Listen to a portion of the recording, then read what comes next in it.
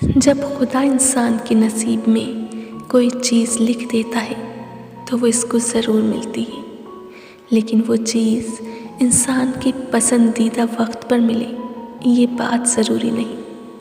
اللہ کی مصلحت انسان کی محدود سوچ سے کہیں زیادہ ہے، اور اس کا مقرر کردہ وقت بھی، کیونکہ جب وہ عطا کرتا ہے تو ہمیں ہر مشکل میں بڑا صلہ دیتا ہے، اور جب وہ ہمیں کسی شے سے دور کرتا ہے تو یہ بھی اس کی نعمت ہوتی ہے۔